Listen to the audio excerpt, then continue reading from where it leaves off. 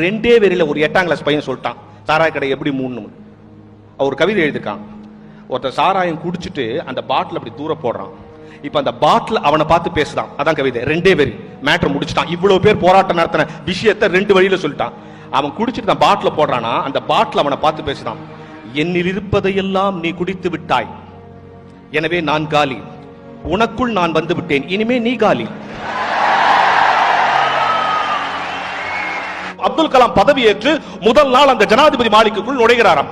அவர் நுழையும் போது வாசல்ல ஒருத்தன் இந்த பெரிய உயரமா வெள்ளை ட்ரெஸ் போட்டு விசிறி வச்சு தலைப்பை வச்சு நிக்கிறான். இவரை பார்த்தோன்னா பட்டுன்னு உட்கார்றான். இவர் பார்த்தாரு, என்னடா வந்த உடனே பட்டுன்னு எழுஞ்சாதான மரியாதை, இவன் உட்கார்றானே, என்ன உட்கார்றான்னு பார்த்தா உட்கார்ந்து ஷூவை கேட்ட போயிருக்கான்.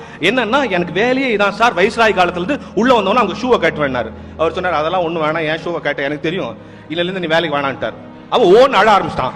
சுத்தி நிக்கிறவெல்லாம் பார்த்தா, என்னடா வந்த முதல் நாளே ஒரு ஆளை காலி பண்ணிட்டாரு அப்படின்ட்டு.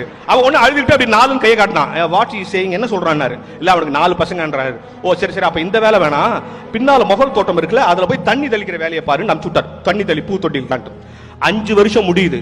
பதவியை விட்டு 2 சூட்கேஸோட அந்த வெளியே வராரு. வெளியே வந்தோன்னா பட்டு நின்று, நான் முதல் நாள் ஒருத்தனை அங்க அனுப்பிச்சேன்ல, அவனை கூப்பிடுனார்.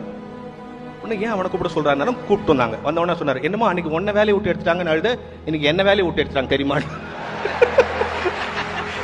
அப்படின்னு சொல்லிட்டு, இது இல்ல செய்தி அப்படின்னு சொல்லிட்டு, நீ அந்த தண்ணி தெளிச்சல, அந்த 2 தண்ணியை வாளி கொண்டு என் சூட்கேஸ் மேல தண்ணி தெளியானார்.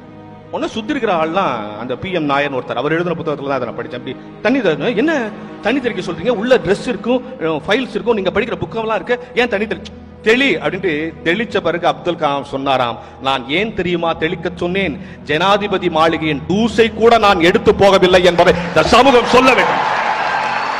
இந்த தகவல் எங்கிருந்து கிடைத்தது? நுட்பம், தொழில்நுட்பம். சார், வெள்ளம் வந்ததற்காக மழையே பிழை என்று சொல்வது என்ன நியாயம்? சுனாமி வருகிறது என்பதற்காக கடலையே நாடு கடத்த வேண்டும் சொல்வது என்ன வாதம்? தொழில்நுட்பத்தால் பயன்படுத்துகிறவன் தவறு செய்கிறான் என்று சொன்னால் அந்த தொழில்நுட்பத்தையே தவறு என்று சொல்வது என்ன நியாயம்? நீங்கள் யோசித்து பாருங்கள். அலைந்து திரியாமல் தகவலை கொடுக்கவும், தொலைந்து போனவர்களை தேடி கண்டுபிடிக்கவும் உதவுவது தொழில்நுட்பம் என்பதை தயவு செய்து மறந்து விடாது. கணிப்பொறி என்பது நம்ம வீட்டில் இருக்கிற ஜன்னல். நம்ம வீட்டில் ஏன் ஜன்னல் வைக்கிறோம்? வெளிச்சம் வரணும்னு. கணிப்பொறி என்பது உலகத்தை நாம் பார்க்கிற ஜன்னல். அந்த ஜன்னலை சாத்து விடாதீர்கள்.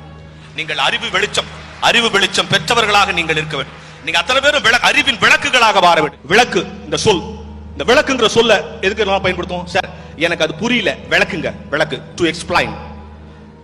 பாத்திரம் விளக்கு, பல்லு விளக்கு, டு கிளீன், அதுக்கும் விளக்கு தான். சார், அந்த விளக்கு வெளிச்சத்திலேயே போயிடுங்க, அந்த விளக்கு வெளிச்சத்திலேயே படிங்க, டு லீட், அதுக்கும் விளக்கு தான். அறிவியல் என்கிறது உங்களுக்கு எக்ஸ்பிளைன் பண்ணப்படுகிறது, அது முதல் விளக்கு.